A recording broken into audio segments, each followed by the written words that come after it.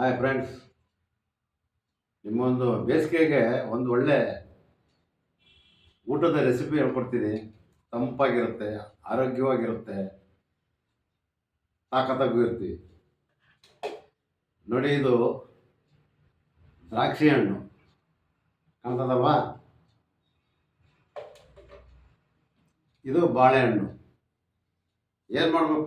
ಈಗಾಗಲೇ ನಾನು ಮೊಸರನ್ನ ರೆಡಿ ಮಾಡ್ಕೊಬಿಟ್ಟಿದ್ದೀನಿ. ಈ ಬಾಳೆಹಣ್ಣನ್ನು ಚೆನ್ನಾಗಿ ಸುಲಿದು ಈ ಸಿಪ್ಪೆನ ಸೈಡ್ಗಿಡಿ, ಕತ್ತಿ ತಗೊಳ್ಳಿ, ಸಣ್ಣ ಸಣ್ಣದಾಗಿ ಕಟ್ ಮಾಡಿ. ನೋಡಿ, ಕಟ್ ಮಾಡ್ತಾ ಇದ್ದೀನಿ.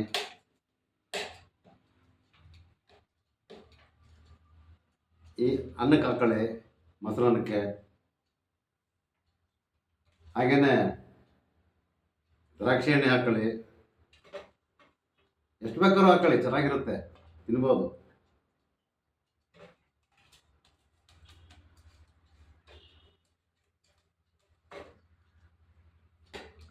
ಚೆನ್ನಾಗಿ ಕಟ್ ಮಾಡ್ಕೊಳ್ಳಿ.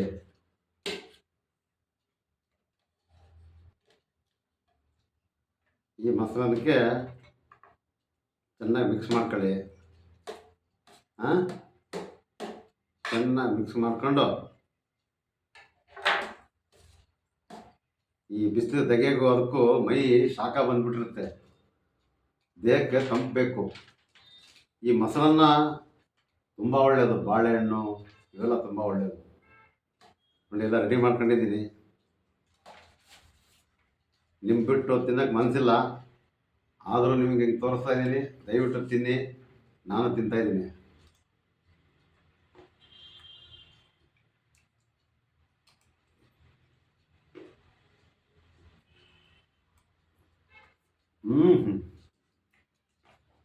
ಸೂಪರ್ ಮಜಾ. ಖಾಲಿ ಮೊಸರು ತಿನ್ನಬಾರ್ದು, ಮೊಸರಿಗೆ ಸ್ವಲ್ಪ ನೀರು ಹಾಕೋಬೇಕು, ಮಜ್ಜಿಗೆ ಟೈಪು. ತುಂಬ ಚೆನ್ನಾಗಿರುತ್ತೆ, ದೇಹಕ್ಕೆ ತಂಪು. ನೀವು ಮನೇಲಿ ಮಾಡ್ಕೊಂಡು ತಿನ್ನಿ. ಹಂಗಂತ ಈ ಬಾಳೆಹಣ್ಣೇನು ಬಿಸಾಕೋಕೆ ಹೋಗ್ಬೇಡಿ. ಮನೆಯಲ್ಲಿ ಹೂವಿನ ಗಿಡಕ್ಕೆ ಹಾಕಿ. ಇದರಲ್ಲಿ ಪೊಟ್ಯಾಷಿಯಮ್ ಅಂಶ ಇರುತ್ತೆ, ಹೂವು ಚೆನ್ನಾಗಿ ಬಿಡುತ್ತೆ, ಗಿಡನೂ ಸಂಪಾಗಿರುತ್ತೆ.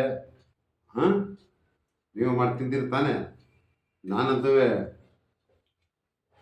ಬಾರಿಸ್ತೀನಿ, ಬೇಜಾರು ಮಾಡ್ಕೋಬೇಡಿ.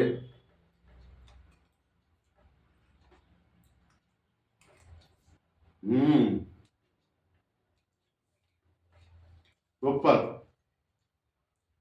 ನೀವು ಮನೇಲಿ ಮಾಡ್ತೀನಿ ನೋಡಿ, ನಿಮ್ಮ ಆರೋಗ್ಯ ತುಂಬ ಚೆನ್ನಾಗಿರುತ್ತೆ.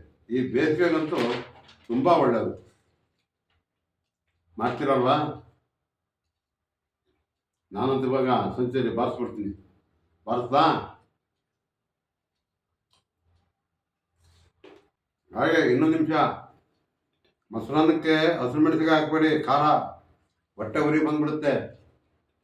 ಬಾಳೆಹಣ್ಣು, ಬಿಳಿ ದ್ರಾಕ್ಷಿ, ಮೊಸರು, ಸ್ವಲ್ಪ ನೀರು. ಖಾಲಿ ಮೊಸರು ತಿನ್ನಬಾರ್ದು, ಮೊಸರು ಭಾರಿ ಹಿಟ್ಟು. ನೀರು ಮಿಕ್ಸ್ ಮಾಡ್ಕೊಂಡ್ರೆ ತಂಪು.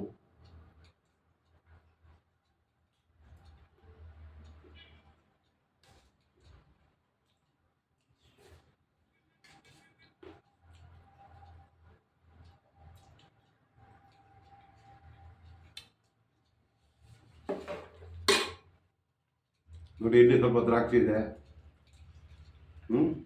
ಇದು ಸಾಯಂಕಾಲ ರಾತ್ರಿ ಊಟ ಮಾಡ್ಬೇಕಾದ್ರೆ ಹಾಕೊಂಡು ತಿಂದ್ಬಿಡ್ತೀನಿ.